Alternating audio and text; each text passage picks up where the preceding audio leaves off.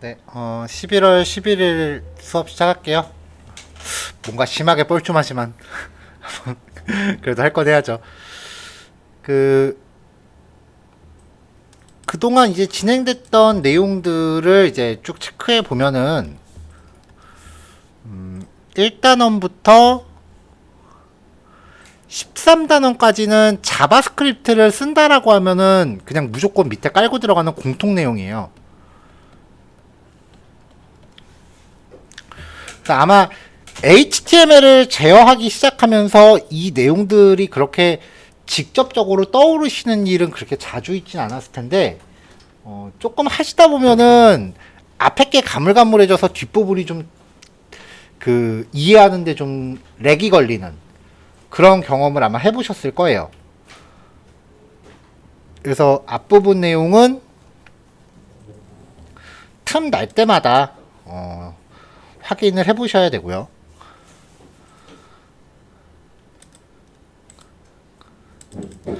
그 다음에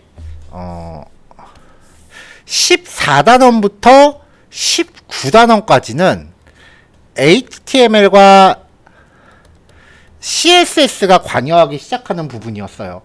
화면에 뭔가 직접적으로 어떤 액션을 주기 시작을 했죠. 화면 제어.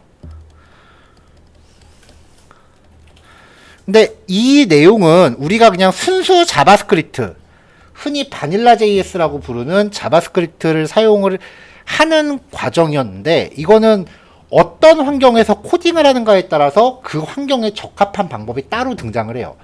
예를 들면 jQuery는 이 내용들에 준하는 jQuery만의 고유의 방법들이 있어요. 리액트도 리액트만의 고유의 방법들이 있어요. Vue.js도 뷰만의 고유의 방법들이 있어요. 그러니까 HTML하고 CSS를 컨트롤하는 거는 사용하는 코딩 환경이 뭐냐에 따라서 거기에 맞춰서 바뀌어요. 자, 근데 이제 20단원부터 앞으로 남은 부분에 대해서는요, 리액트가 아니라 리액트 할아버지가 와도 지금 배우는 내용이 다예요. 여기서 소개해드리는 내용이 다기 때문에 앞에 거는 나중에 좀 천천히 시간을 두고 익혀도 되지만 이건 다 익히셔야 돼요. 왜냐면 다른 대안이 없습니다.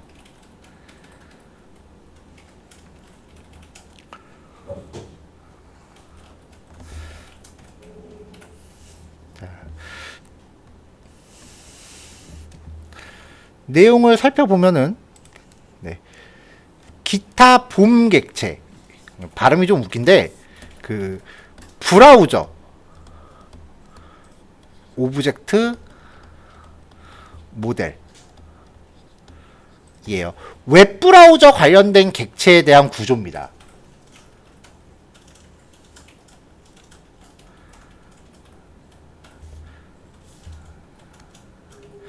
그러니까 이제 브라우저에서 제공되는 기능을 뭔가 직접적으로 핸들링하는 과정이고요.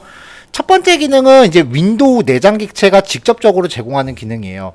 우리가 여태까지 봤었던 가장 핵심적이었던 객체, 도큐멘트. 걔도 원래는 윈도우 도큐멘트 쿼리 셀렉터 이렇게 시작을 해야 돼요. 자바스크립트의 모든 객체는 앞에 윈도우 이라는 게 거의 상용구처럼 붙다시피 하는 게 정석이에요. 왜냐하면 모든 객체가 윈도우 하위에 들어있기 때문에. 근데 바꿔 말하면은 너나 할 거 없이 전부 윈도우 하위에 있기 때문에 앞에 붙어 있는 윈도우를 생략해도 허용을 합니다. 그래서 우리가 여태까지 그냥 도큐멘트 쿼리 셀렉터 그렇게 들어간 거예요. 가장 대표적인 게 이제 도큐멘트 객체인데, 이 윈도우 객체 자체적으로 내장하고 있는 함수들도 있어요. 도큐멘트는 윈도우 안에 내장되어 있는 객체인 거고요. 윈도우가 자체적으로 갖고 있는 함수가 있는데 가장 대표적인 게 오픈이에요.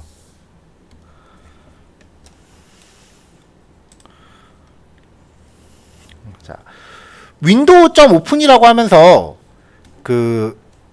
다른 HTML 파일의 경로 혹은 다른 웹사이트의 URL을 지정하면은 새 창으로 엽니다. 요즘은 새 탭으로 열겠죠. 탭이 하나 더 생겨요. 근데 이 오픈 함수에 이후부터 옵션을 설정하면은 팝업 창을 열어요. 진짜 리얼 팝업 창이요. 근데 요즘은 이제 팝업 창이 그 웹브라우저 자체 기능에 의해서 차단되는 경우가 좀 있기 때문에 이 기능을 쓰기보다는 그냥 레이어 팝업이라고 해서 div부터 이렇게 화면에 띄우는 거, 이런 스타일을 더 많이 쓰긴 하는데, 그래도 얘도 종종 쓸 때가 있기는 해요. 창 이름 그리고 그 밖에 나머지 옵션들은 문장으로 쭉 이어서 전달을 합니다. 자, 팝업을 여는 팝업 열기, 뭐 이런 링크가 있다고 쳤을 때 얘가 클릭 이벤트가 발생했을 때 요 함수를 호출하는 건데, 이때 만약에 창 이름이 지정되지 않으면 이 링크를 클릭할 때마다 매번 팝업 창이 새로 뜹니다. 근데 이 두 번째 파라미터로 들어가는 창 이름을 부여하면은 한 번 떴던 팝업 창을 계속해서 재사용해요. 그러니까 팝업 창이 한번 뜨면은, 그리고 여기서 만약에 막 여기저기 링크 클릭해서 이 안에서 페이지를 이동했다고 치자고요. 그 다음에 얘를 또 열면은 지금 이 팝업 창의 내용만 바뀌어요. 팝업 창을 새로 띄우진 않고. 이름이 똑같은 애들끼리는 계속 재사용을 합니다. 자, 그 다음에 팝업 창의 가로, 세로 크기, 스크롤바 표시할지, 툴바 표시할지, 메뉴바 표시할지, 상태바, 그 웹브라우저 하단에 있는 요 메시지 표시하는 영역, 로케이션, 주소 표시를 표시할지, 뭐 그런 옵션인데요. 전부 다 yes or no라고 문장을 지정하시면 됩니다. 근데 이게 원래 자바스크립트 표준이긴 한데, 이 로케이션에 대해서는 브라우저 개발사들이 담합해서 지원을 안 하고 있어요. 이 기능은.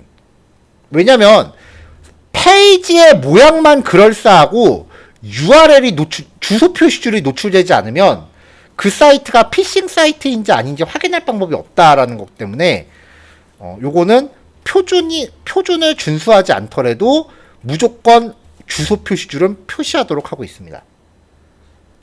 요즘 팝업창 열면 왜 위에 주소 표시줄 같이 나옵니다.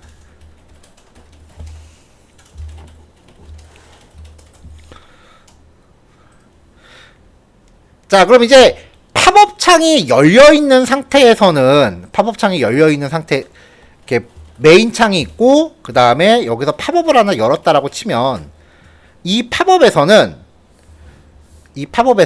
window.close 혹은 self.close라고 호출하면 현재 창을 닫습니다.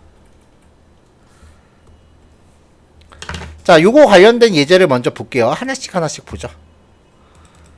자, 그래서 요 예제는요, 클릭했을 때 뭔가 열어야 될 팝업 창이 필요하잖아요. 그래서 open.html이라는 파일을 하나 따로 가져갑니다. 얘는 그냥 이게 팝업이구나 라고 알 정도로 돼 있고요. 그 다음에 id가 close인 이 링크를 클릭했을 때 링크는 동작하지 않게 막아놓고 self.close 혹은 window.close 호출하면 이 창을 닫는다고 말씀드렸어요. 자, 실행 결과부터 한번 볼게요. 자, 이렇게 있을 때 첫 번째 거는 열면 이렇게 새 탭으로 열어요. 창 닫기. 새 탭으로요. 두 번째 거는 누르면은 팝업으로 뜹니다.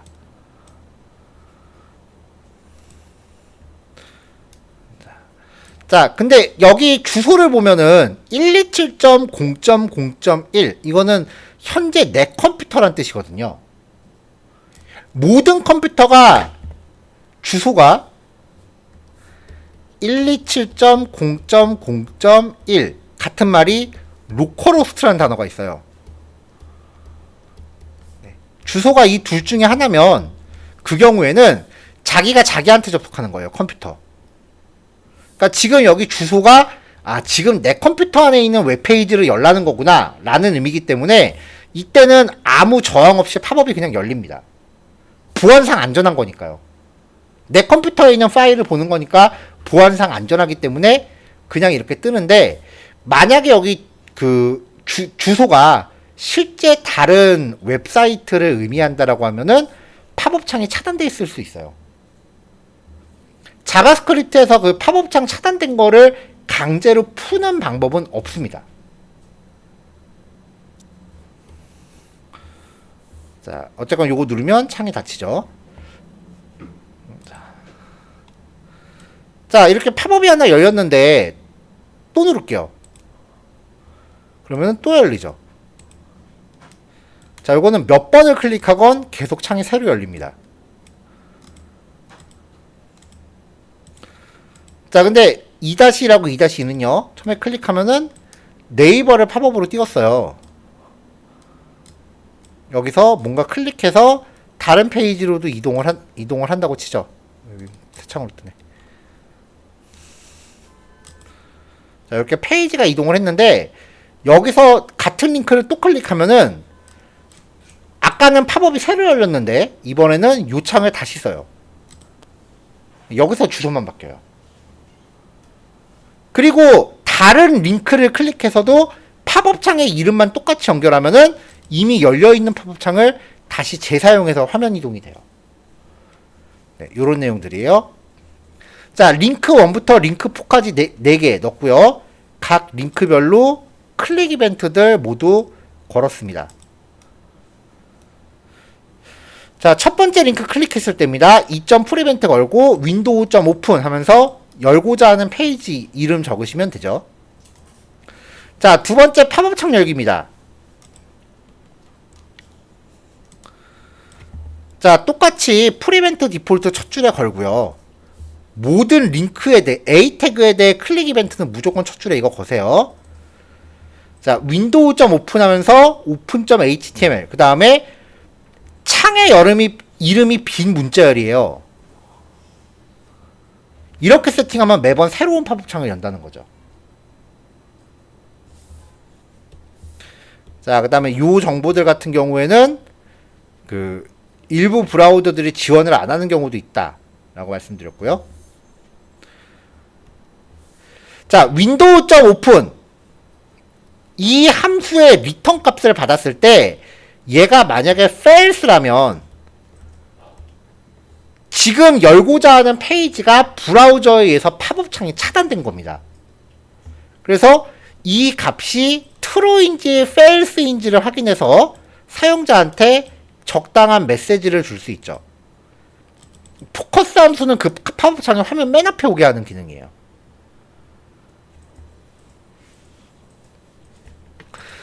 자, 가운데 있는 요 이름이 비어 있다. 그다음에 세 번째랑 네 번째랑 같이 보죠. 자, 세 번째는 네이버를 띄우는데 창의 이름을 myWin이라고 지정했고요. 네 번째 버튼은 다음을 여는데 창의 이름도 똑같이 myWin이라고 했습니다. 이렇게 두 번째 값으로 전달되는 창 이름이 동일하면은 그때는 얘가 팝업을 열고 얘 이름이 myWin이 돼요. 그 다음에 또 네 번째 링크를 클릭하면은 이 myWin에서 컨텐츠만 이걸로 바꾸는 거죠. 새로 창을 여는 게 아니라. 자, 팝업 창 관련 기능은 이 정도만 정리하셔도 충분하고요.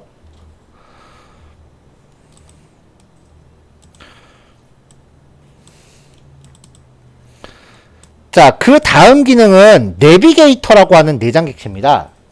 얘는 뭐 특별히 어떤 그 메서드가 있진 않고요. 그냥 멤버 변수만 잔뜩 갖고 있다고 보시면 돼요. 그 값들이 대체로 웹브라우저의 정보를 조회하는 기능입니다.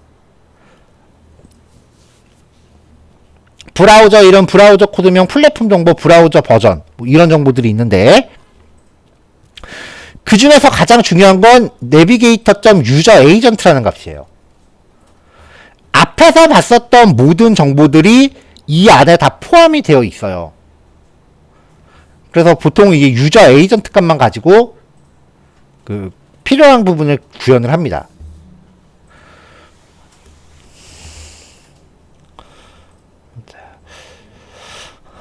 자, 이 유저 에이전트 값을 변수에 담아서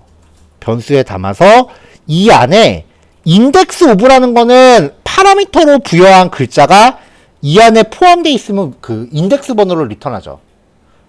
포함이 안 돼 있으면 마이너스 1을 리턴해요.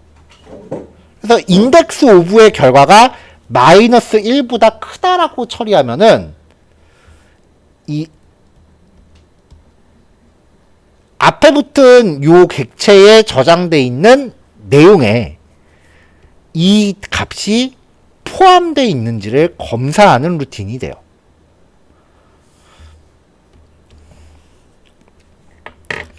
자, 그래서 예제는요, 내비게이터 DT랑 DT before DD 이렇게 간단하게 스타일을 넣어서요, 그냥 글자 꾸미는 정도로만 좀 넣고요.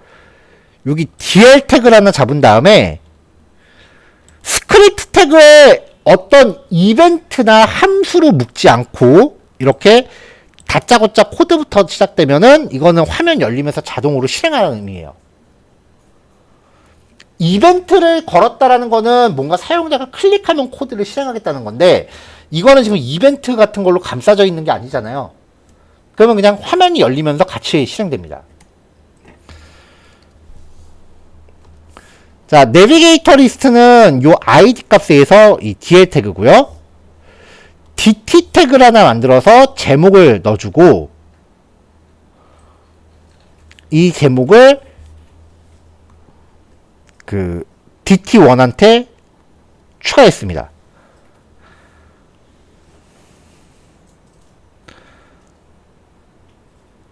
자, 그 다음에 이제 dd1이라는 애를 만들면서 dd 태그를 만들고요. 여기에다가 navigator.appname이라고 하는 값을 출력시키고 다시 또 여기다 추가했어요. 이런 식으로 그냥 정보들을 눈으로 한번 좀 확인해보자고 계속 쭉 출력할 거예요. 자, 그래서 앱 네임, 앱 코드 네임, 플랫폼, 앱 버전, 그리고 가장 포괄적인 유저 에이전트, 이것들을 화면에 출력해서 확인해 볼게요. 자, 브라우저 이름 네츠케이프, 코드명은 모질라, 플랫폼 정보 윈32, 윈도우죠. 브라우저 버전은 5.0에 이렇게 쪼르륵 갑니다. 이 정보들을 다 하나로 묶은 게 맨 마지막에 유저 에이전트예요. 모질라, 윈도우 NT 10.0, 자, 애플 웹킷, 근데 크롬, 하지만 실상은 사파리. 예, 크롬 브라우저의 공식 버전을 보면은 사파리 브라우저를 베이스로 해서 이제 애플 기능에 뭔가 얹은 거다라는 게 여기 나옵니다. 자, 이렇게 해서 이제 유저 에이전트라는 게 요 정보다라는 걸 확인하시면 되는데, 그 리드미 파일 맨 마지막에 보시면은 제가 같은 요 예제 파일을 스마트폰으로 접속해서 확인한 거를 이제 캡처를 떠났어요.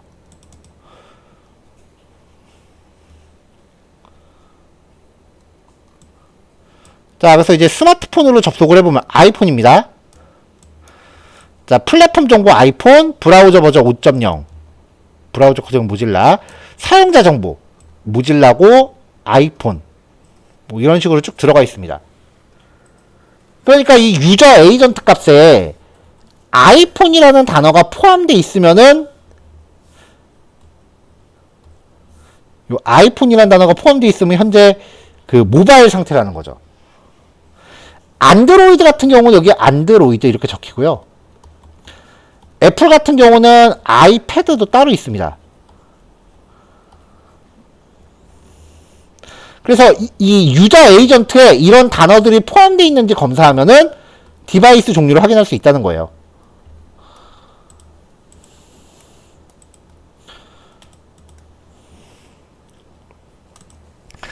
자, 그래서 이제 체크 브라우저라고 하는 함수인데요. 자, 함수 두 개 정의하고 페이지가 열리면 이 브라우저라는 h1 태그에 get 웹브라우저 name이라는 함수 리턴 값을 바로 넣을게요. 자, 유저 에이전트 값을 전부 소문자로 바꿨고요. 이 변경된 결과 안에 엣지라는 글자가 포함되어 있으면은 익스플로러 10 이상 윈도우 엣지, 크롬이라는 단어가 포함되어 있으면 크롬, 오페라, 파이어폭스, 사파리, 스킵스톤이라는 브라우저가 있대요. 그리고 혹시 몰라서 익스플로러와 트리덴트는 익스플로러 11입니다. 그렇게 브라우저를 의미하는 단어들이 포함되어 있는지 검사해서 만약에 포함되어 있다라고 하면은 리턴하고 중단하는 거예요. 자, 이렇게 해서 브라우저 종류별로 쭉 검사를 해봤고요. 그래도 안 되면 언노운 한 거죠, 뭐.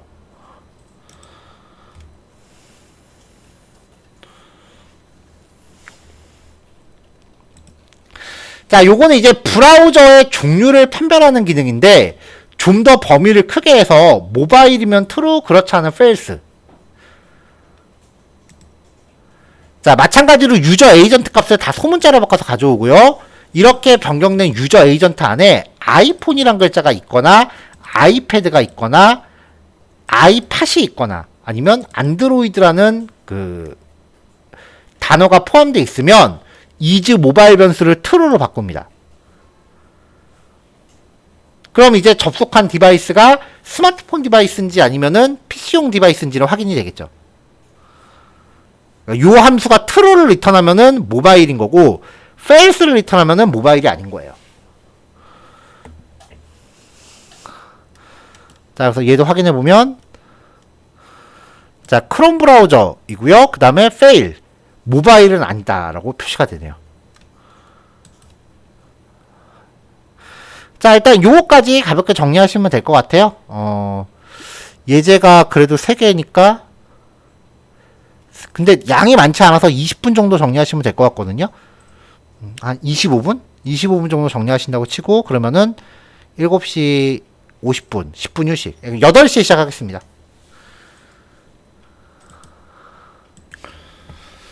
자, 다음 넘어가겠습니다. 요번 예제는요, 제가 지난 시간에 한번 살짝 보여드렸었는데, 그, 위치 정보를 취득하는 예제예요. 그래서 버튼을 누르면은 이제 현재 위치의 위도하고 경도를 이제 가져오고요. 클릭했을 때 이제 그 위경도를 기반으로 하는 위치로 이제 링크까지 이제 표시를 해놨습니다. 근데 보면은 위치가 썩 그렇게 정확하진 않아요. PC에서는. 네, 지금 여기가 어디로 나오죠? 오이. 덕유산 국립공원 이렇게 나오네요.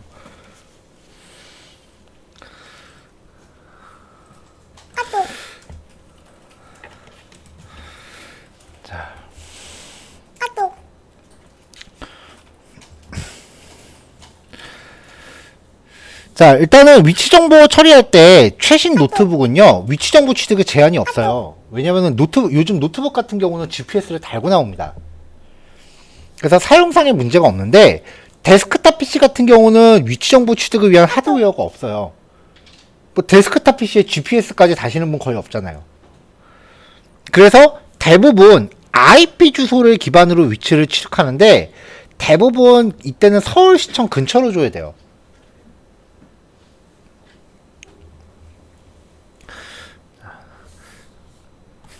자, 크롬 브라우저 같은 경우는요, 상용화된 웹페이지에서 위치 정보 취득을 사용할 경우에 일반 HTTP가 있고 HTTPS가 있는데, 이 HTTPS로 시작하는 경우가 아니면은 위치 정보가 동작을 안 하게끔 돼 있어요. 근데 뭐 이게 어떤 방식으로 시작하는지는 주로 백엔드에서 결정하는 거기 때문에, 뭐 HTML 제작하면서 이게 필요하신 경우에는 그럼 그냥 백엔드 쪽에 요청하시면 될 부분이에요.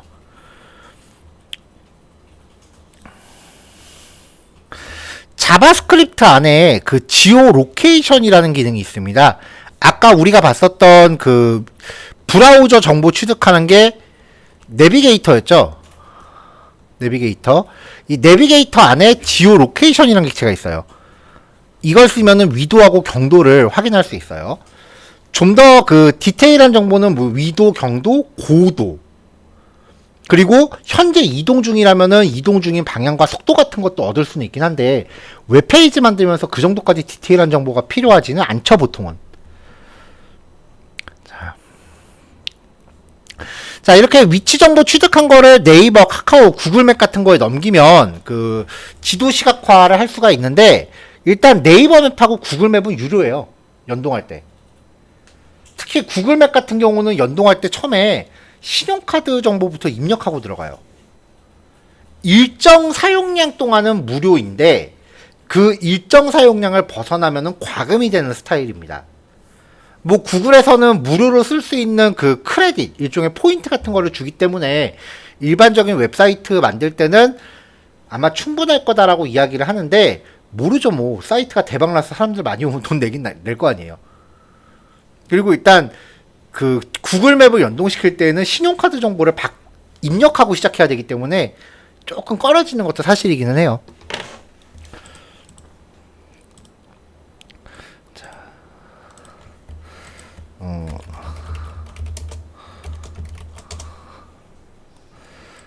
네이버 지도 API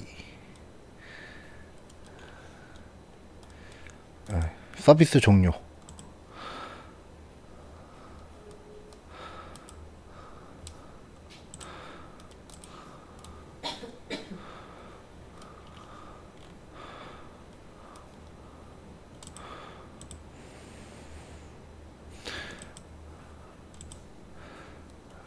네이버 클라우드 플랫폼이라는 곳으로 이제 옮겨서 서비스가 되는데,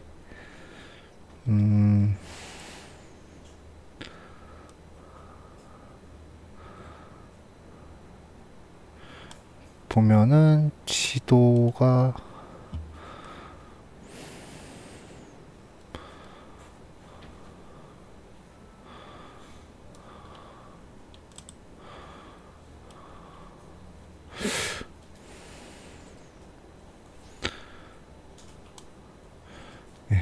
찾기가 쉽지가 않네요. 어쨌건 네이버 지도도 연동할 때 이제 비용이 조금 발생하는 스타일로 바뀌어 있어요. 요 사이트 어딘가에 있는 건 제가 전에 봤었는데 지금 찾지는 못하겠네요. 그래서 현재 완벽하게 무료로 연동하려면은 카카오맵밖에 없습니다. 카카오맵 같은 경우는 하루에 2만 번인가 정도 노출까지 무료고요. 2만 번이 넘어가면은 아예 그냥 서비스를 차단해 버려요. 유료화 계획은 현재 없다라고 돼 있어요. 뭐 카카오 지도는 조금 이따 다시 보기로 하고요. 자, 버튼을 하나 놨어요. 이 버튼에 대해서 클릭 이벤트를 걸었고요. 그 다음에 여기 P 태그에 결과를 상태를 표시할 거예요. 여기에 뭐 로딩 중 뭐 이런 메시지 넣을 거고, A 태그 현재 보면은 A 태그만 있고 내용 아무것도 없습니다. 여기에다가 이따가 그 위도하고 경도 값을 여기 출력을 해줄 거고요. 그리고 href도 없는데 href는 클릭했을 때 이제 이동할 경로를 자바스크립트로 넣어줄 거예요.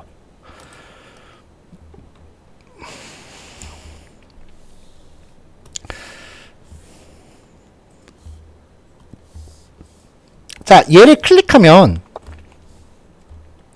이 맵 링크라고 하는 개체를 가져옵니다. 맵 링크 아이디로 가져와서 이 맵 링크의 href 속성을 일단 샵으로 바꿔요. 여기에 href를 샵으로 바꿔요.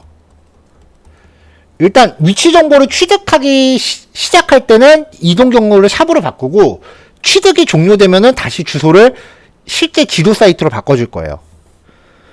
그리고 inner html 요 안에 내용도 빈 문자열로 바꿔요. 일단은 화면에 표시되는 내용이 있다면 그걸 초기화한다는 거죠.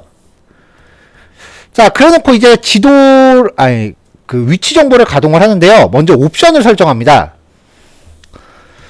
제이슨으로 몇 가지 정보를 세팅해 주는데요. 첫 번째 정보는 정확도가 높은 정확도를 쓸지 아니면 그냥 통상적인 정확도를 쓸지 여부예요.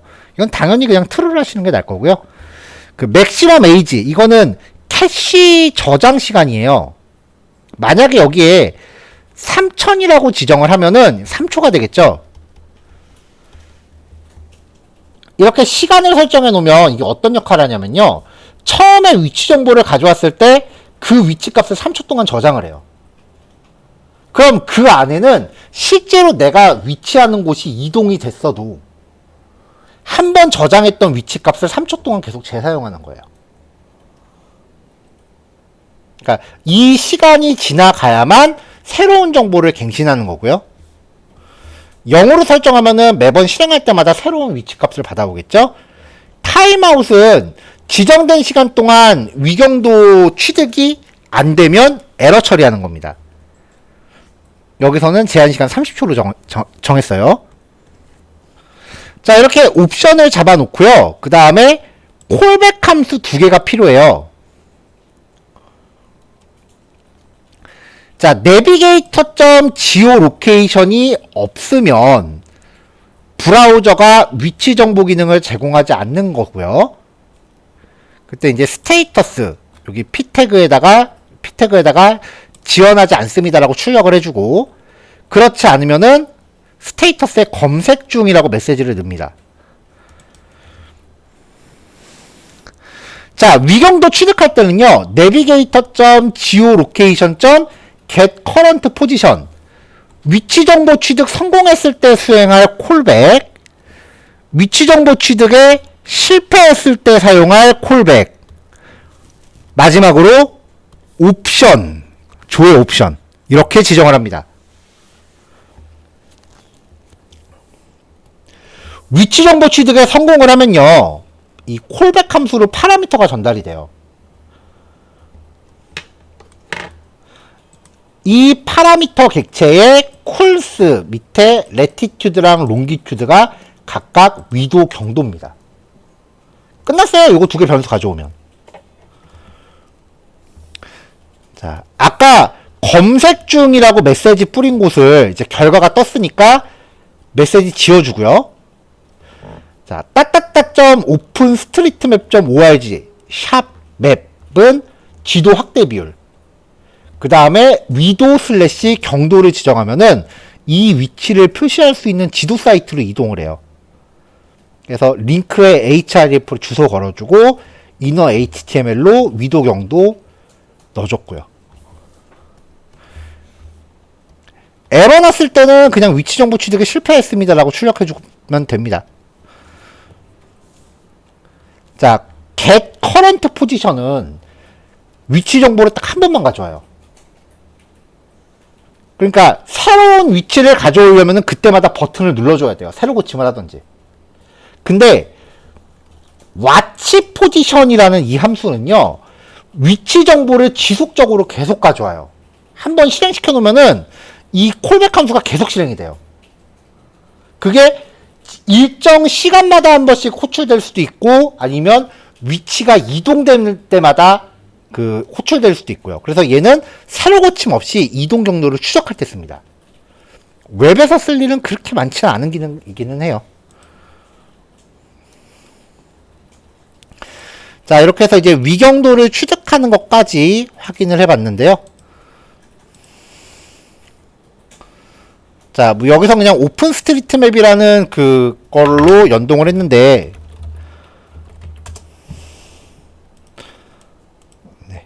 카카오 맵스 API라는 거 검색을 해서 들어가시면은 이제 웹에서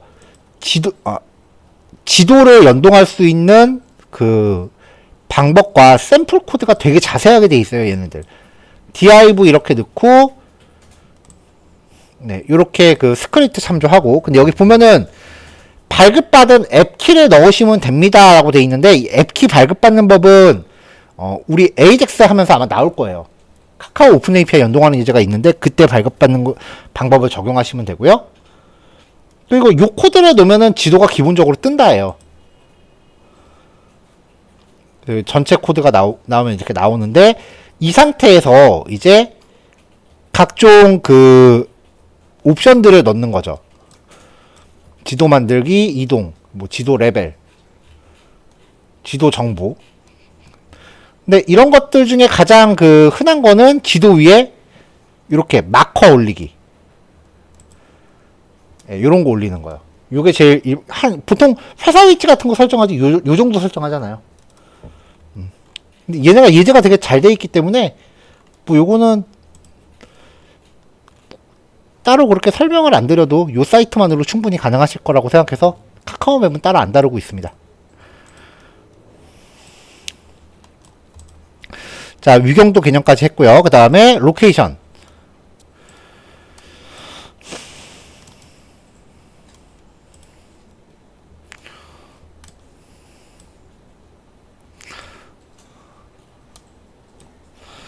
자, 일단 제가 여기 요 주소를 클릭하면은 여기 표시되는 결과값들이 바뀝니다.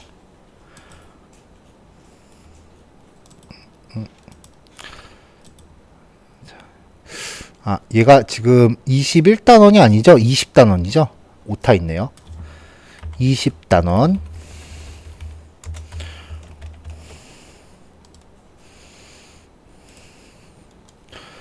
자, 클릭하면은 이제 표시되는 정보들이 바뀝니다. 자, 웹브라우저에 있는 로케이션이라고 하는 객체는 여기 정보들이 쪼로록 출력이 그 스판 태그를 넣어놨고, 아래쪽에서 여기에 location.href, location.host, location.hostname, location.hash, location.passname, location.port, protocol search 이런 값들을 출력하고 있어요. 이 날짜값 같은 경우는 날짜값을 여기 출력하는 거는 얘가 새로 고침됐다라는 걸 확인하려고 그래요. 새로 고침이 되면은 시간이 뭐라도 좀 흐를 거 아니에요. 여기에 지금 멀쩡한 시간값을 출력하는데 그 이유는 얘가 새로 고침됐을 때 시간값이 바뀔 테니까 새로 고침됐다라는 걸 확인하려고 하는 겁니다. 자, 일단 로케이션 객체는요.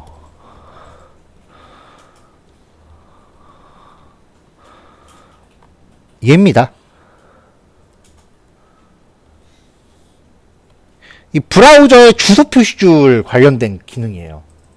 그래서 여기에 나타나 있는 URL에서 URL을 제가 이렇게 쭉 넣어놨는데 이 URL에서 원하는 부분을 조회할 수 있는 기능이에요.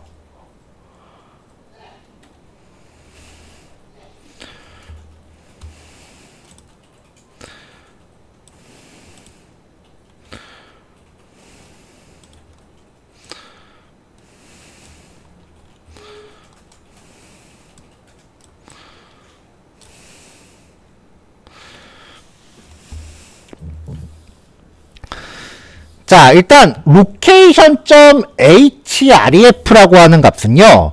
현재 이 주소 표시줄에 나타나고 있는 주소 원본이라고 보시면 됩니다. 주소 원본. 그냥 이 URL 요 값을 그냥 그대로 똑같이 가져와요. 그래서 현재 웹브라우저가 접속하고 있는 주소를 이 위치에 똑같이 출력하고 있습니다. location.host라고 하는 건요. 보시면 여기 로컬호스트부터 콜론 포트 번호까지. 그 다음에 호스트 네임이라는 거는 여기서 이 뒷부분에 숫자값 빼고 포트 번호까지. 포트 번호 빼고 그냥 사이트 이름까지. 근데 웬만해서는 실제 웹사이트 만들 때 여기 요 숫자 값이 붙어 있는 경우는 완전히 없잖아요. 그러니까 요 두 개를 따로 구별하실 필요는 없어요. 이 포트 번호에 대해서는 제가 조금 이따 부연 설명을 좀 할게요. 해시는요, URL 맨 뒤에 샵 붙어서 들어가는 요 부분입니다. 이건 대체로 어떤 태그의 ID 값과 연결되죠.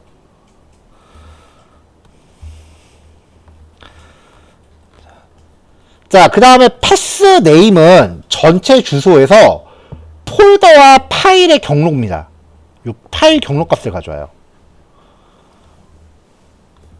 포트 부분, 프로토콜은 앞에 붙어 있는 요 HTTP요. 마지막으로 서치라고 하는 부분이 URL에서 물음표 이후 부분이에요. 만약에 해시가 있다면 해시는 제외합니다. 자, 이 중에서 조금 중요하게 생각해 주셔야 되는 게 일단 패스네임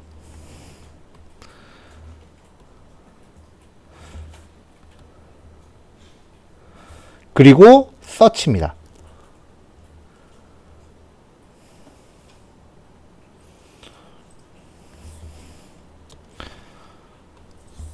자, 이 패스네임은 어떨 때 많이 사용을 하냐면요. 현재 사용자가 어떤 페이지에 접속해 있는지 판단하고 싶을 때 써요. 그 다음에 이 서치는 다른 말로 쿼리 스트링이라고 합니다.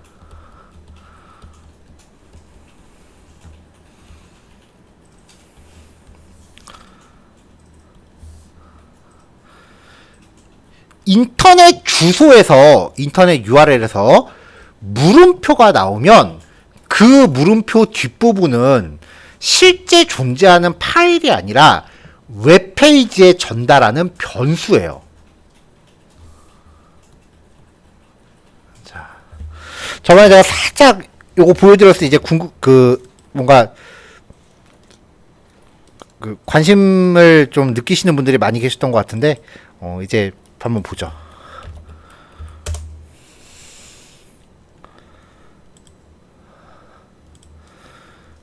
자, 네이버 웹툰입니다. 월요 웹툰, 화요 웹툰, 수요 웹툰. 보면은 디자인은 똑같은데 컨텐츠만 바뀌어요.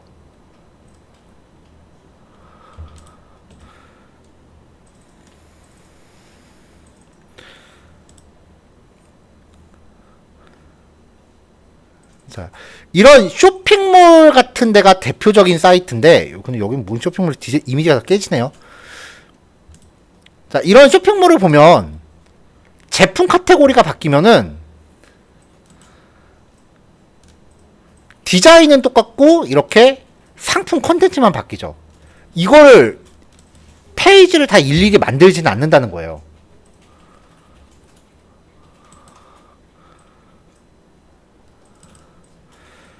자, 다시 네이버 웹툰부터 볼게요.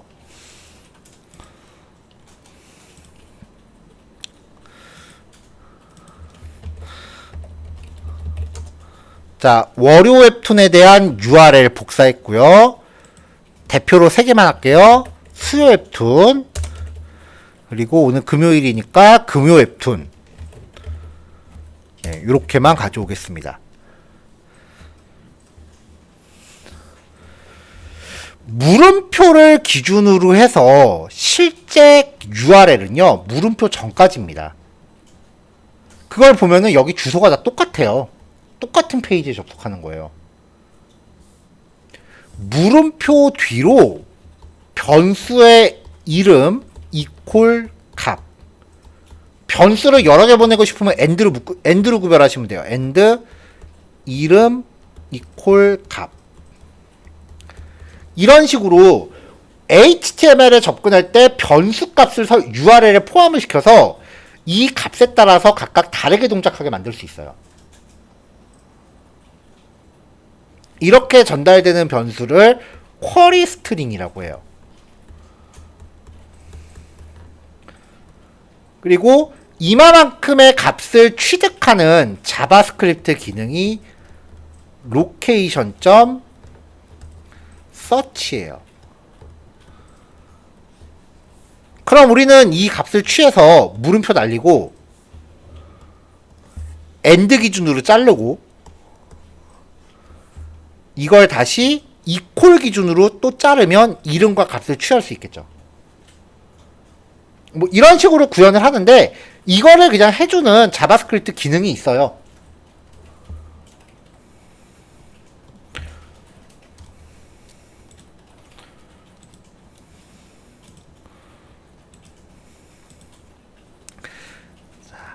자, 이 서치 부분 처리하는 거는 조금 있다가 다른 예제에서 한번 또 나올 겁니다.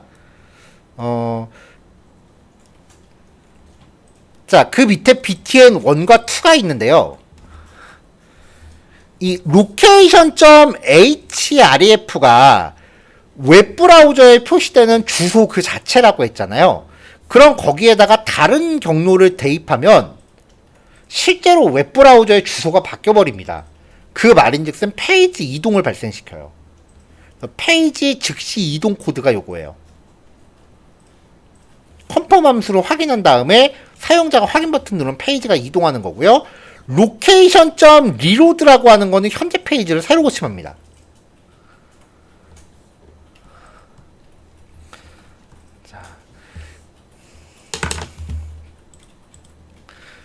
자, 인터넷 주소에는 한글은 절대 못 들어가기 때문에 그냥 원본 값을 출력하면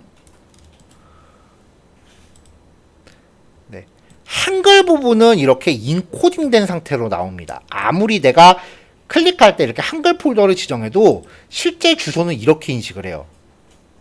이거를 원래대로 출력을 하려면 디코딩 처리를 해야 되기 때문에 디코드 URI 컴포넌트를 한번 걸러준 겁니다. 그러면 이렇게 역디코딩이 되죠.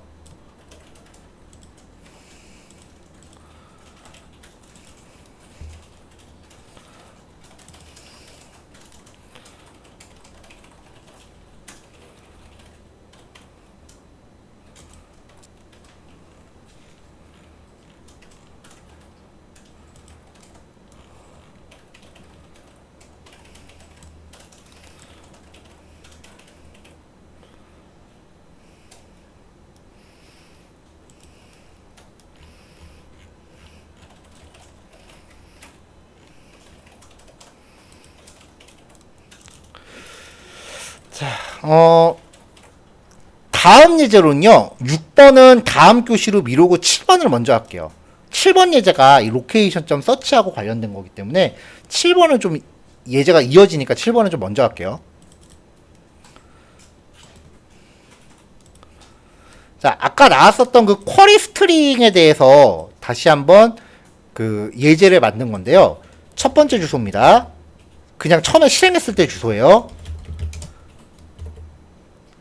자, 한글 부분까지는 제가 건너뛰고 여기 뒤에 파일 이름만 남겨놓을게요. 처음에 7번 queryString.html로 접근을 했고요. 그 다음에 링크 1하고 링크 2를 만들었는데 전부 다 자기 스스로한테 링크를 걸었어요. 그리고 weekday는 mon, sun 그 뒤에 나오는 것들은 그냥 추가적인 값들은 이렇게 보내시면 됩니다 하고 막 넣은 거예요. 무작위로. 자, 그럼 링크 1을 누르면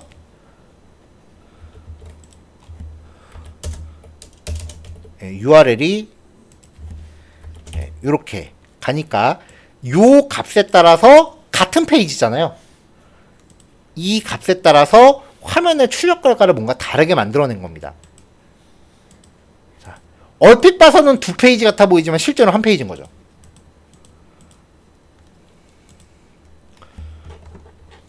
자, 조금 전에 아까 우리가 확인했던 것처럼 location.search라고 하는 거는 이렇게 생긴 쿼리 스트링 문자열을 가져옵니다. 그러니까 물음표 뒤에 있는 이런 형식을 그냥 한 번에 추출을 해와요. 자, 이걸 자바스크립트 내장 클래스입니다. URL search params.라고 하는 클래스한테 통째로 던져주면 객체를 만들어요. 사실 이 객체만 갖고도 내가 원하는 값 뽑아서 쓸 수 있거든요. query.get 해서 하면은 값을 리턴해 주는데 그럴 거 없이 얘를 통째로 다시 object.fromEntries라는 함수한테 던져주면 이걸 요 객체를 JSON으로 바꿔줘요. 그래서 얘를 최종적으로 콘솔에 출력하면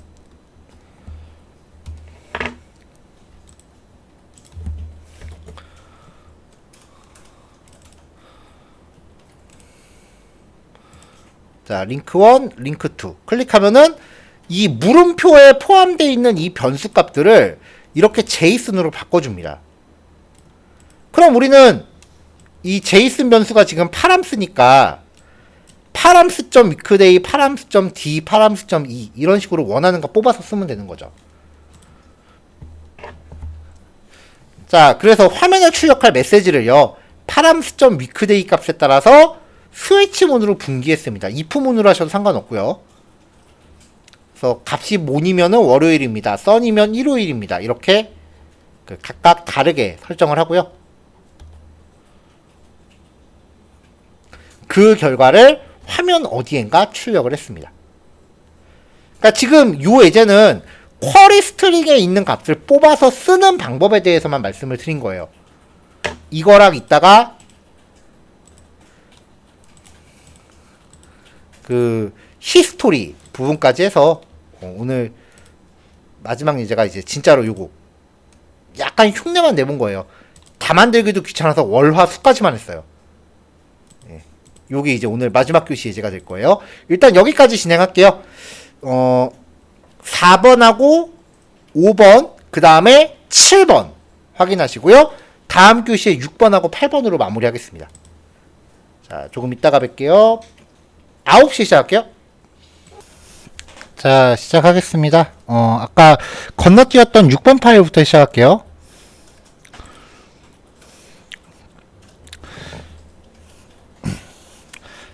자, 히스토리라고 하는 객체인데요.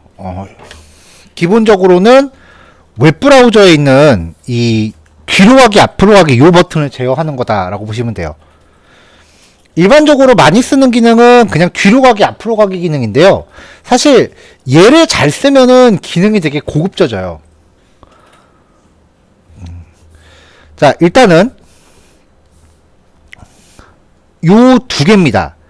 현재 제가 이 HTML 파일을 다이렉트로 열었기 때문에 뒤로 갈 수도 없고 앞으로 갈 수도 없는 상황이에요. 이게 첫 페이지니까. 자, 그래서 여기 아래쪽에 1번 예제로 링크를 걸었어요. 밑에 보시면 1번 예제로 링크를 걸었어요.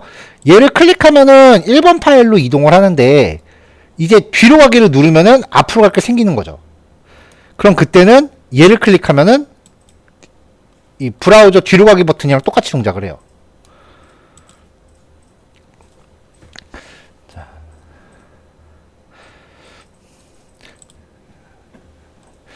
자, 그 다음에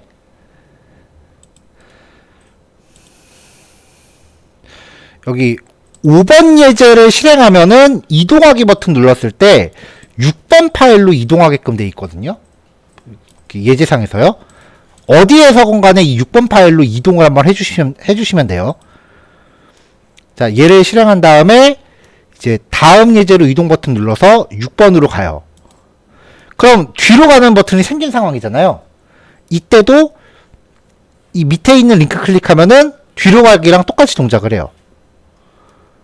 그러니까 웹브라우저에 붙어있는 뒤로 가기, 앞으로 가기 버튼을 자바스크립트로 구현하는 게 일단 첫 번째인데 이거는 되게 쉬워요.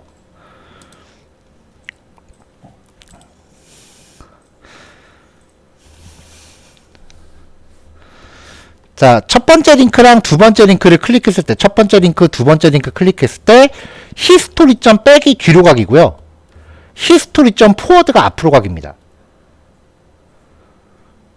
뭐 이거 말고 잘 안 쓰이긴 하는데 히스토리.9라고 하면서 -3 이렇게 하면은 한 번에 3페이지 전으로 가는 그런 기능도 있긴 한데 이것까지는 잘 안 쓰는 것 같아요. 그냥 백하고 포워드 요거 두 개만 해도 충분하고요. 이거는 진짜 기초적인 기능이고요. 이제 히스토리를 좀 더 그럴싸하게 사용을 해볼게요. 자, 코드를 좀 단계별로 추가하면서 구현을 할 겁니다.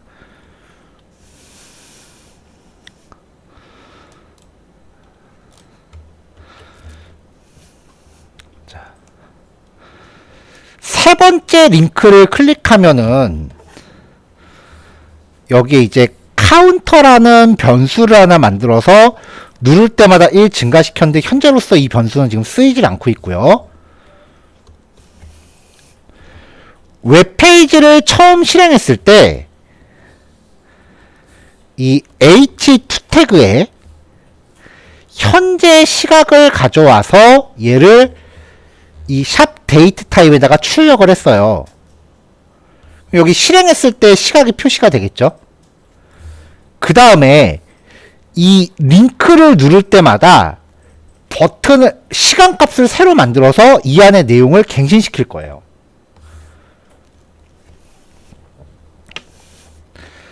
자, 그래서 여기서 시간값을 만들어서 갱신을 시킵니다.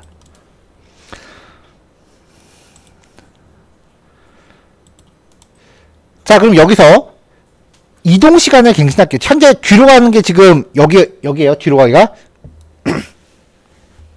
자, 한 번 시간 바뀌었죠? 그 다음에 두 번, 세 번, 네 번. 자, 링크 4번 클릭했습니다. 뒤로 가기 누르면 페이지 이동이 발생을 했나요? 주소 안 바뀌었어요. 그러니까 이거는 버튼 눌렀을 때 화면의 내용만 바꾼 거지 실제로 페이지가 이동한 건 아니기 때문에 뒤로 가기 누르면 다 사라져요.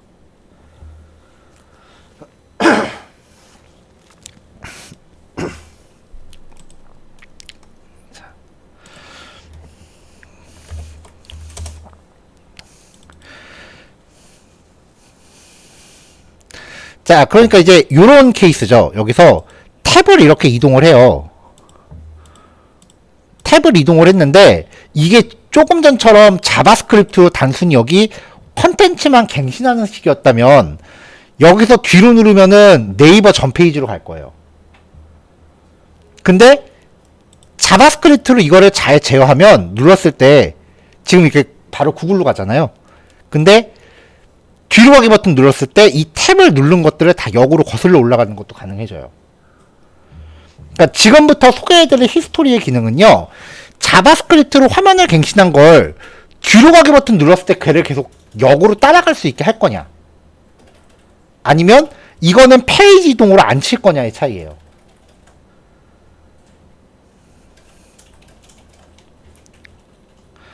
자, 만약에 이거를 클릭하는 이 과정을요, 웹브라우저 히스토리에 고스란히 넣어야 되는 상황이라면, 그거는 뭐 기획자가 페이지 이동, 기획하기에 따라 달라질 겁니다. 그러면,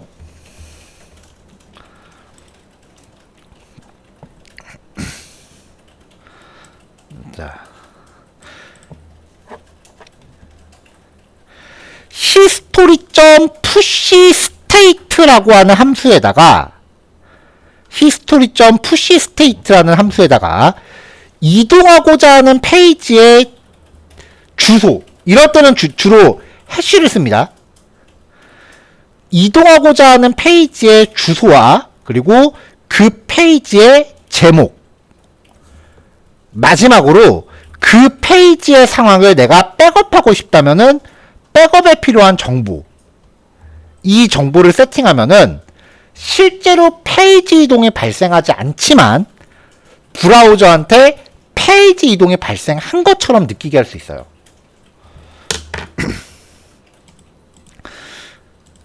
자, 이 URL 값을 제가 이렇게 임시로 바꿔볼게요. 버튼 누를 때마다 카운터 값이 1씩 증가하죠. 그러면 helloworld 언더바 1.html, helloworld 2.html, helloworld 3.html 이렇게 갈 거예요. 그거를 history.push state에다 걸면 어떻게 되느냐?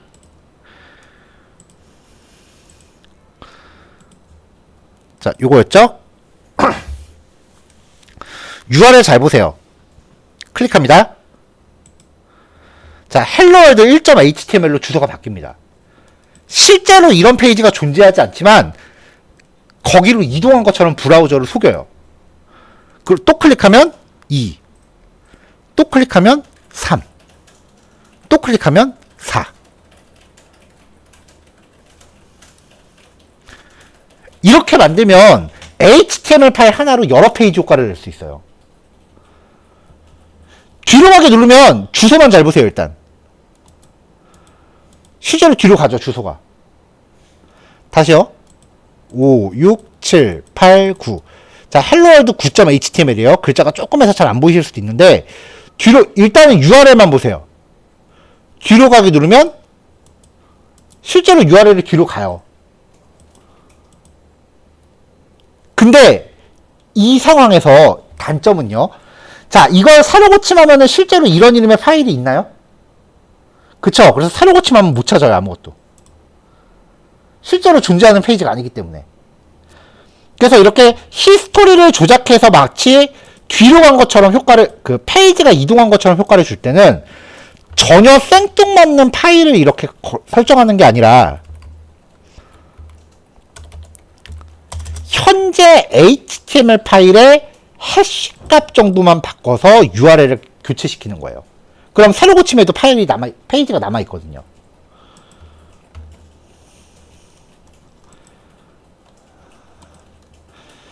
자, 그럼 이제 다시 합니다. 버튼 누르면 뒤에 해시로 샵 1만 붙어요. 또 클릭하면 샵 2, 또 클릭하면 샵 3, 샵 4. 뒤로 가기에도 URL은 바뀐 거기 때문에 뒤로 가기도 동작하고요. 새로 고침에도 사실 이 해시 값은 웹페이지였는데 아무 영향이 없잖아요. HTML은 있으니까 새로 고침에도 파일은 열립니다. 좀 더 완벽해졌죠? 자, 근데 마지막. 자, 다시 이제 요 링크를 누르면은 URL도 바뀌고 시간값도 바뀔 거예요. 시간값 바뀌었죠? 또 누르면 시간값 바뀌고, 또 누르면 시간값 바뀌고, URL도 바뀌었고 시간값도 바뀌었어요. 근데 이제 뒤로 가기 누르면 아까 제가 URL만 보세요 라고 말씀드렸는데 이제 화면도 같이 보세요. 자, 뒤로 가기 누릅니다. 분명히 URL은 뒤로 갔는데 화면은 안 바뀌어요. 화면 안 바뀌죠. 실제로 페이지가 이동한 게 아니기 때문에 URL을 이렇게 처리를 해주는데 화면은 우리가 원상복구를 해줘야 돼요. 코드로.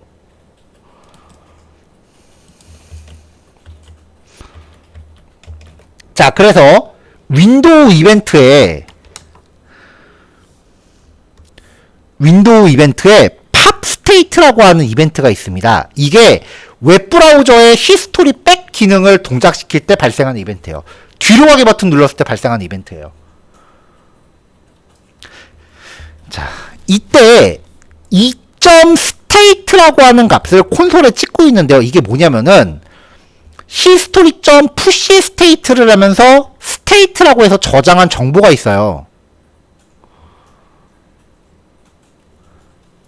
이 시점의 시간값과 몇 번 카운터 눌렀는지 그 정보인데 이 값이 뒤로 가기 버튼을 누르면은 그러니까 현재 A 상태에서 B로 갈 때 A 상태의 정보를 이렇게 백업을 해요. 그리고 뒤로 가기를 누르면은 아까 백업했던 정보를 이 객체를 통해서 돌려받아요. 그걸 통해서 화면을 복구 작업을 해주는 거예요. 그래서 .state.time 여기 타임이라고 저장했죠. 이걸 현재 시각의 타임 스탬프를 저장한 건데 그 값을 숫자로 바꿔서 데이트 객체에다가 설정해서 출력을 해준 겁니다. 자, 콘솔에 저 백업된 정보 확인해 보면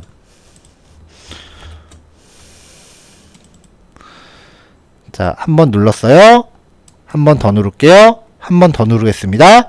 이제 뒤로 가기 누르면 아까 백업했던 정보가 이렇게 돌아와요. 이걸 사용해서 화면을 다시 출력을 시켜주는 거예요.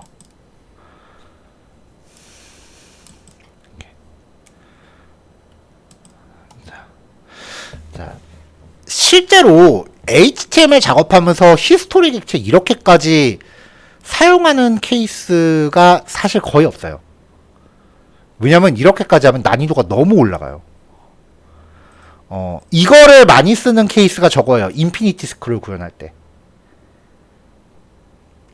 그 스크롤을 맨 밑으로 내릴 때마다 다음 컨텐츠가 착착착 붙는 경우 있잖아요. 그때 내가 스크롤을 엄청 밑으로 내려갖고 페이지가 막 한 10페이지 정도 컨텐츠를 가져왔단 말이에요. 근데 거기서 새로 고침하면은 내가 로딩한 거 다 날라갑니다. 자바스크립트로 컨텐츠를 불러온 거기 때문에 새로 고침하면 컨텐츠 다 날라가요. 인피니티 스크롤 특징은요.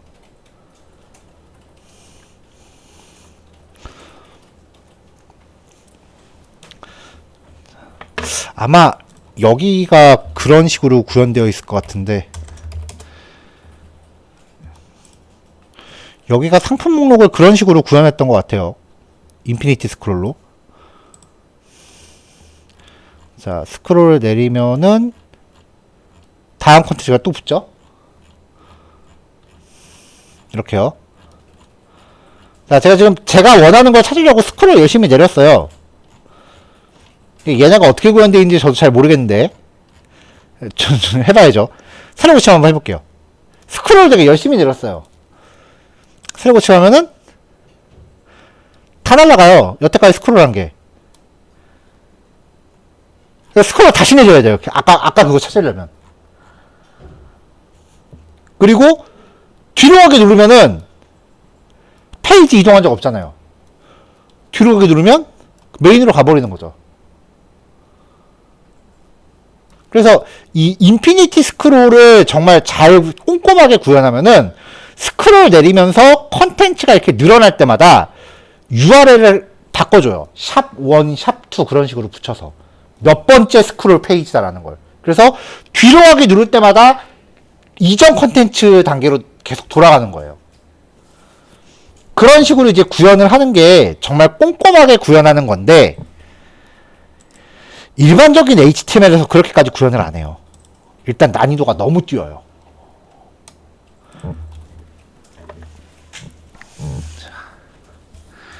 자, 근데 어쨌건 이런 식으로 구현을 하면은요, 한 개의 HTML이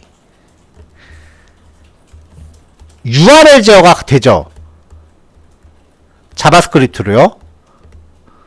자바스크립트로 URL 제어가 되고요. 자바스크립트로 히스토리 제어도 됩니다. 그 다음에 자바스크립트로 화면 제어는 당연히 되죠. 화면에 뭔가 풀었다 지웠다 할 수 있잖아요.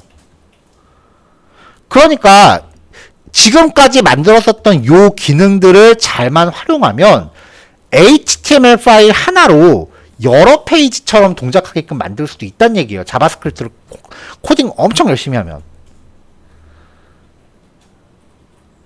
어떤 개념인지 이해되시나요?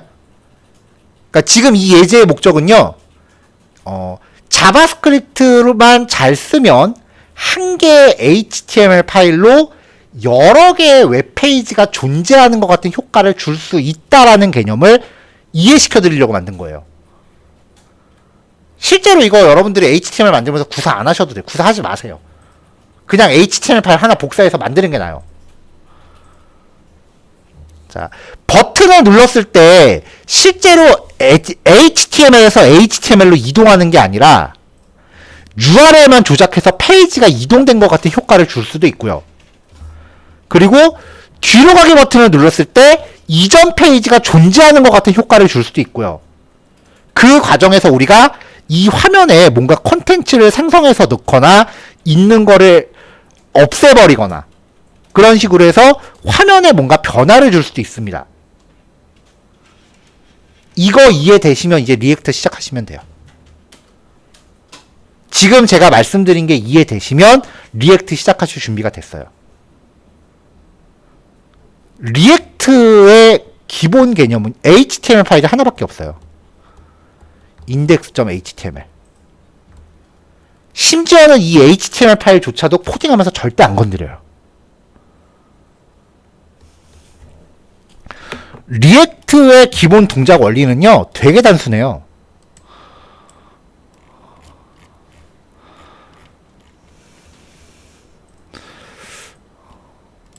오늘 예제했던 게 있을래나?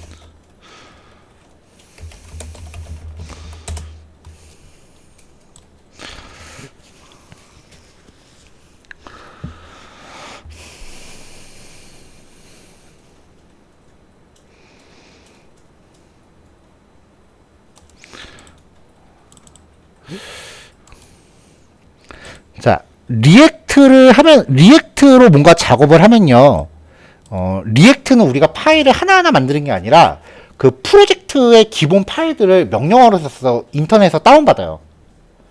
그러면은 이렇게 생긴 HTML 파일이 들어와요. 딱 봐도 제가 코딩한 것처럼 안 생겼잖아요. 제가 영어를 이렇게 많이 쓸 리가 없죠. 근데 다 보면은요, 바디 태그 안에 루트라는 이름의 div 태그 하나만 꼴랑 있습니다. 그리고 이 HTML은 절대 안 건드려요. 리액트는 기본 원리가요, 요 div 태그 안에 자바스크립트로 계속 뭔가 넣다 뺐다 하는 거예요. 여기에 자바스크립트를 계속 넣다 뺐다 하는 거예요. HTML 페이지가 실제로 움직이질 않아요. 근데도 URL이 존재하는 것처럼 보여요. 뒤로 가기도 동작을 하고. 그래서 한 페이지로 만드는 프로그램이다 라고 해서 싱글 페이지 어플리케이션, 줄여서 SPA 방식이라고 불러요. 근데 리액트의 동작 원리가 이제 히스토리 객체 자체가 이해가 안 되면 그 어떻게 돌아가는지 설명을 할 수 없는 구조이기 때문에, 그래서 기본 자바스크립트에서 일부러 히스토리 객체 설명을 넣습니다. 그러니까 요게 이제 이해가 되시면은 리액트의 기본 동작 방식이 이해가 되신다는 거고요. 그러면 이제 다음 단계로 넘어가실 준비가 되는 거죠.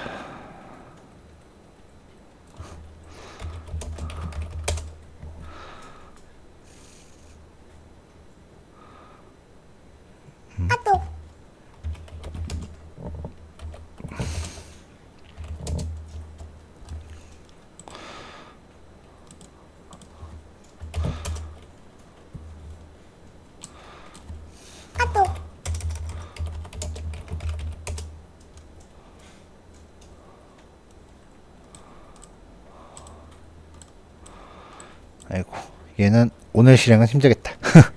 그 리액트 한번 보여드리려고 했는데 지금 세팅이 안 돼 있어서 실행이 잘 안 되네요. 마지막 얘기로 넘어갈게요. 일단은 히스토리는 그 페이지 이동 없이 마치 실제로 그 페이지가 존재하는 것 같이 효과를 줄 수 있다라는 거고요. 적절한 시기에 사용하면은 굉장히 그 훌륭한 효과를 낼 수 있습니다. 그래서 이 히스토리 쓰는 거는 다음 시간부터 이제 AJAX 들어갈 텐데 AJAX에서 종종 나올 거예요. 자, 마지막 예제는 이제 실제로 그 네이버 웹툰 페이지를 흉내를 내본 겁니다. 스타일 시트는 그냥 기본적으로 약간 갤러리 모양처럼 나오게끔 하려고 한 거니까 뭐 CSS는 일단 말씀드린 거 생략하고요. 같은 페이지로 링크를 만드는데 여기에 물음표로 그 어떤 요일에 대한 정보를 보여줄 것인지에 대한 정보를 심어놨습니다.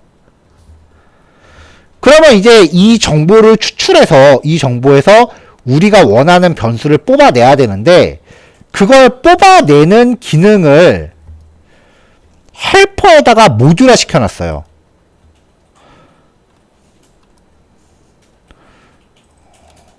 네, 그러고 보니까 오늘 예제에 제가 이 헬퍼 파일을 포함을 안 시켜드렸네요. 요거는 제가 지금 단톡방에 파일을 따로 올릴게요. 헬퍼는 그냥 파일 바로 드리기로 했었죠.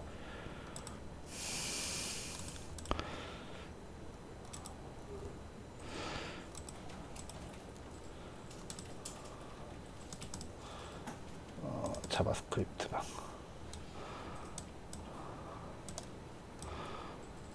네, util-helper 파일 드렸습니다. 자, 요 스크립트가 어떤 기능을 하냐면요, 마찬가지로 일단 싱글톤으로 준비를 했고요. 들어있는 기능은 get url params.라고 하는 함수입니다. 자, 여기서 location.search라고 하는 게 현재 쿼리 스트링 값이잖아요. url에 있는 물음표 이후의 그 내용들이죠. 그거를 URL 서치 파람수로 객체화 시킨 다음에 이 객체를 JSON으로 바꿔요. 아까 했던 거예요. 걔를 그냥 리턴했습니다. 그러니까 URL에 포함되어 있는 변수를 추출하려면 무조건 요 두 줄은 갖다 써야 되는데 매번 이거 복사 붙여넣기 하기 좀 귀찮으니까 그냥 이 함수 하나 호출해서 퉁치겠다고 만든 거예요. 왜냐면 되게 자주 쓰거든요, 이걸.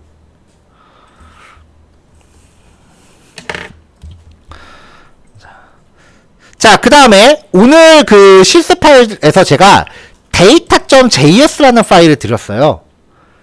이게 뭐냐면은 JSON 데이터를 익스포트 시키는 모듈입니다. 여기에 mon, to, wednesday 이렇게 3일치에 대한 웹툰 내용을 적당히 가져왔습니다.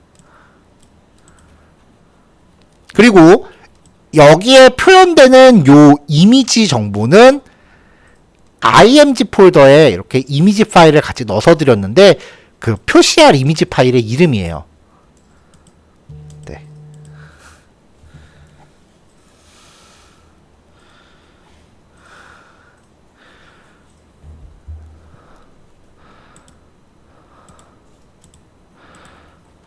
자. 그래서 HTML 파일에 그 요일을 의미하는 변수가 들어오면은 이 변수 값에 해당하는 제이슨 데이터를 가져올 거예요. 그래서 이 데이터 안에 있는 정보대로 HTML을 생성할 겁니다.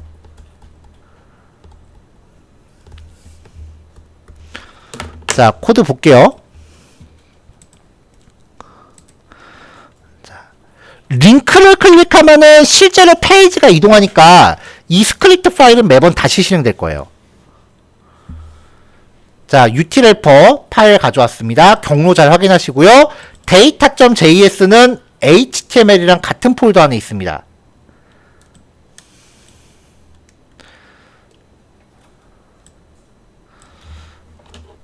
자, 그러면 이제 요 JSON 파일이 통째로 웹툰이라는 이름의 변수가 되는 거죠. 웹툰.mon, 웹툰.to, 웹툰.wez 이렇게 되겠죠. 그래서 로고를 한번 찍어봤어요. 데이터 잘 가져왔나 출력해보라고. 그래서 웹브라우저에서 확인하면은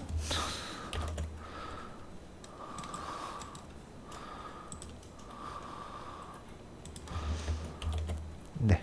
처음에 데이터 확인이라고 해서 데이터를 이렇게 쫙 가져온 거 보이죠? 지금은 이 보여줄 내용을 별도의 제이슨 파일로 이렇게 만들었는데 궁극적인 형태는 이 내용을 백엔드한테 통신으로 받아오는 거예요.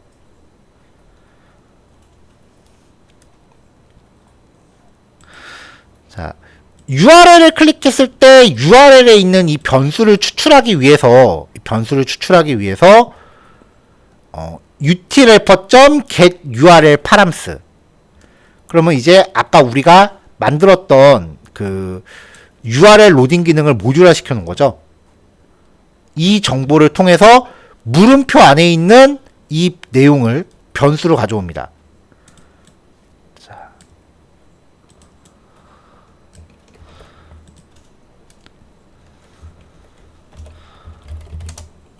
물음표 뒤에 변수가 이거니까 이거를 이 get URL params를 통해서 추출하면은 JSON으로 바꾸잖아요. weekday는 weekday 콜론 mon 이렇게 바꿀 거예요. 그러니까 여기를 이제 내가 p라고 받으면 이 함수가 리턴해 주는 게 현재 URL에 있는 변수 값에 대한 JSON 객체니까 결국은 const p는 한 다음에 이렇게 JSON 객체 담은 거랑 마찬가지가 된다고요. 자, 그러면 JSON의 키값이 weekday니까 요 JSON 데이터를 받을 때 구조분해로 이렇게 받을 수 있겠죠.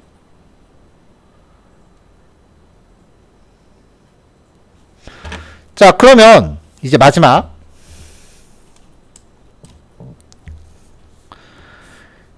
얘가 이 함수의 리턴 값을 지금 여기다 넣은 거니까 결국은 이 함수의 리턴 값을 애당초 구조분해에서 받을 수 있다는 얘기가 돼요. 그러니까 이 자리에 이렇게 갈 수 있는 거죠.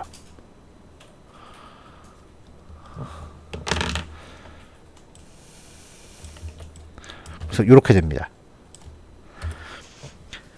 그 모던 자바스크립트의 특징 중에 하나가요. 함수를 호출했을 때 한꺼번에 너무 많은 정보가 리턴되니까 그 중에서 나한테 필요한 것만 구조분해로 뽑아서 받아요.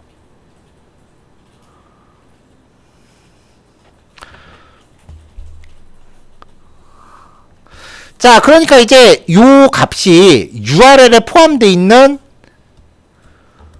weekday는 한 다음에 mon이라고 돼 있다면 이 mon이라고 하는 이 값을 변수에다 저장한 겁니다. 이제 이걸 갖고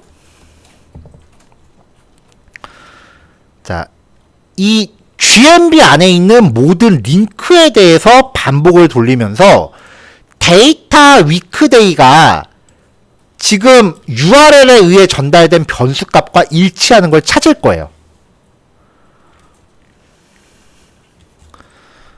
자, 그래서 A 태그에 대해서 for each 반복 겁니다. 그럼 얘가 이제 A 태그 하나죠. 자, 그럼 이 v.dataset.weekday가 URL에 포함된 변수와 일치한다면 active라는 클래스를 넣어줍니다. 거기다가. 그렇지 않으면 나머지 것들은 active 클래스를 뺍니다. 그러니까 지금 이 링크에서 tu라고 하는 값을 URL에서 tu라고 하는 값을 클릭하면은 이 변수 값을 추출해서 모든 A 태그를 다 훑어요. 그래서 데이터 weekday가 일치하는 걸 찾아요. 그럼 얘한테 이제 active 클래스를 주는 거죠. 나머지 항목들은 active라는 클래스를 다 빼는 거죠. 이 active 클래스의 기능은 클릭한 항목을 강조하기 위해서 스타일리스트로 글자 색깔과 뭐 이런 것들을 좀 강조해 놓은 클래스예요. 자, 이렇게 해서 사용자가 선택한 항목이 뭔지 표시하는 용도로도 썼고요.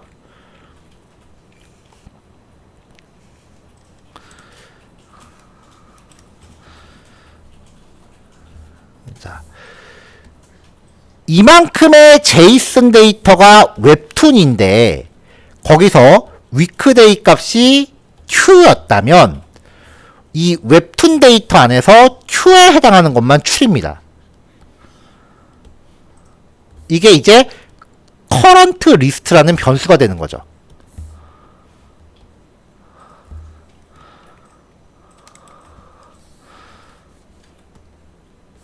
자, 그러니까 이 배열이 current list가 됐습니다. 자, 이렇게 뽑아낸 게 존재한다면 이걸로 반복 돌려요. 자, 배열의 원소 하나가 요만큼이죠? 그러니까 V는 이제 이 제이슨 하나가 되는 거예요. 이걸 반복 돌면서 한 번, 두 번, 세 번 하겠죠. 이만큼을. 자, div 태그 만듭니다. 거기에 아이템이란 클래스 줘요. div 만들고 클래스 아이템 img 태그 만들어요. 여기에 src는 src 값은 img 폴더 밑에 v.thumbnail 요 값 주는 거죠. 그럼 src 한 다음에 경로값 들어가겠죠? 이거를 이 아이템에다 append child 이 안에 넣었어요. div 안에. h3 태그 만들어요. inner html로 v.title 넣습니다. 그럼 요 내용이 h3 태그로 되겠죠? 그걸 또 아이템에다 넣습니다. append child 이 안에다가. 여기에 h3 태그 들어가고 제목 들어가겠죠?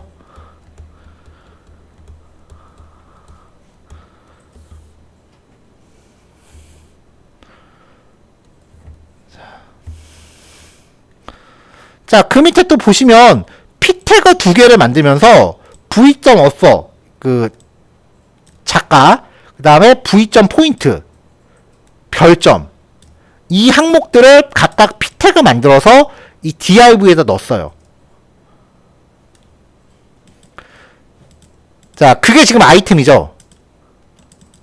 그러니까 이 아이템 안에 여러 가지가 지금 들어간 거예요. 콘솔.log 한 다음에 아이템을 한번 출력을 해보면 네. 자바스크립트로 이런 태그를 지금 만드는 과정인 거죠. 자바스크립트로 이런 태그를 만든 과정인 거죠. 이렇게 만들어진 이 아이템을 컨테이너에다가 덧붙입니다. 컨테이너는 여기죠.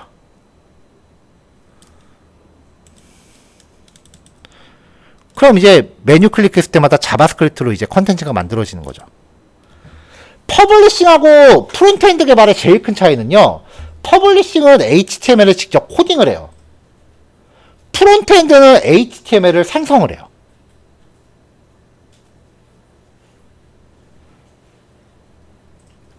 화면에 보여줘야 될 컨텐츠가 있다면 퍼블리싱은 일일이 타이핑을 다 해서 넣어요.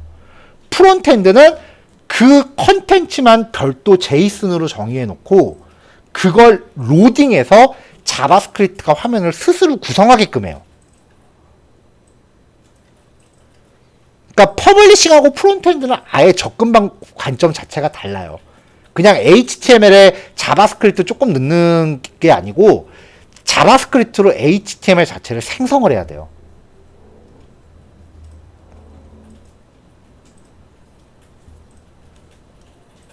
네.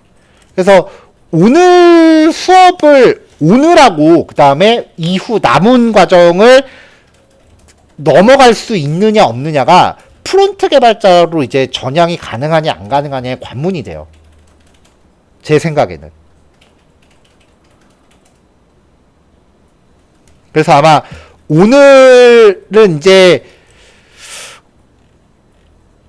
그래도 아마 흐름 따라오시는 데는 뭐 크게 뭐 개념을 이해하시는 것 자체는 오늘 거는 크게 어렵진 않으셨을 거라고 생각을 해요. 근데 다음 시간부터는 개념 자체가 좀 어려워질 거예요. 그러면 이제 AJAX라고 하는 게 실제로 백엔드랑 이제 연동하는 처리 로직이기 때문에 우리가 백엔드가 있다는 가정 하에 계속 이야기를 진행해야 되는데 이게 프론트엔드라고 하는 기술이 사실 되게 애매모호한 게요.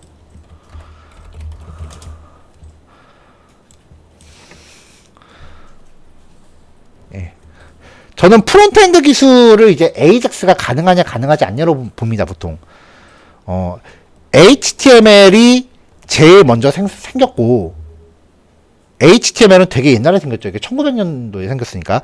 그 다음에 CSS가 생겼고 자바스크립트라는 기술이 나중에 생겼습니다. 이때까지의 자바스크립트는 jQuery 나오기도 이전에 그냥 화면에 그 꽃잎 날리고 뭐 그런 효과 주던 시절. 근데 우리가 지금 알고 있는 프론트엔드도 이 자바스크립트의 연장선이잖아요. 그러니까 공부할 때 1번, 2번, 3번 공부한 다음에 이제 프론트엔드를 4번으로 공부를 해요. 그쵸?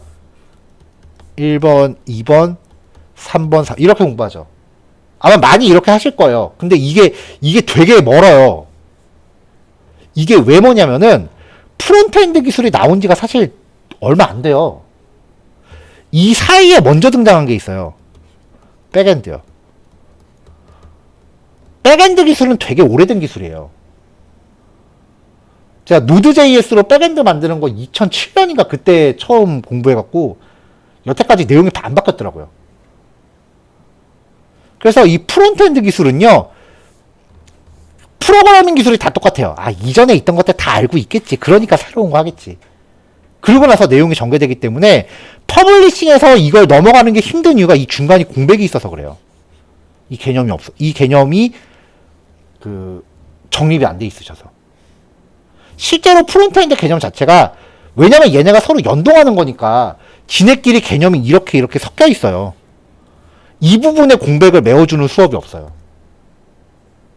그래서 백엔드 수업할 때는 프론트 쪽을 모르시니까 되게 설명하기가 애매하고 프론트 설명할 때는 백엔드를 모르니까 되게 애매한 부분이 되게 많아요.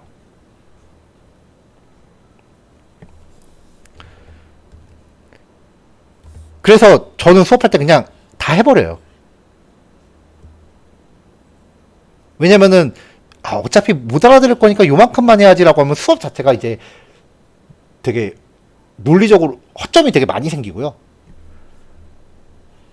요 정도를 해서 만약에 여기를 이해를 당장 못한다 그래도 나중에 혹시라도 이만큼을 공부하시게 되면은 그때는 정립이 되거든요.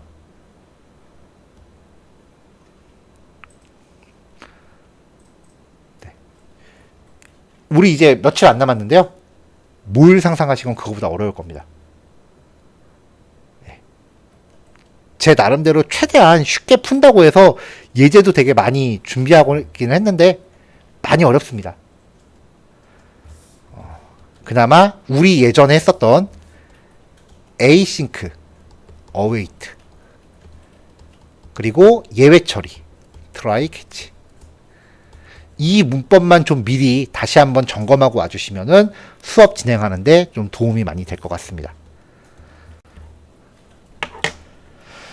네, 오늘 여기까지 진행하는 걸로 할게요. 예, 주말 잘 보내시고 다음 주 월요일에 뵐게요. 네, 이따 50분에 퇴실하시면 될 것 같습니다. 수고하셨습니다.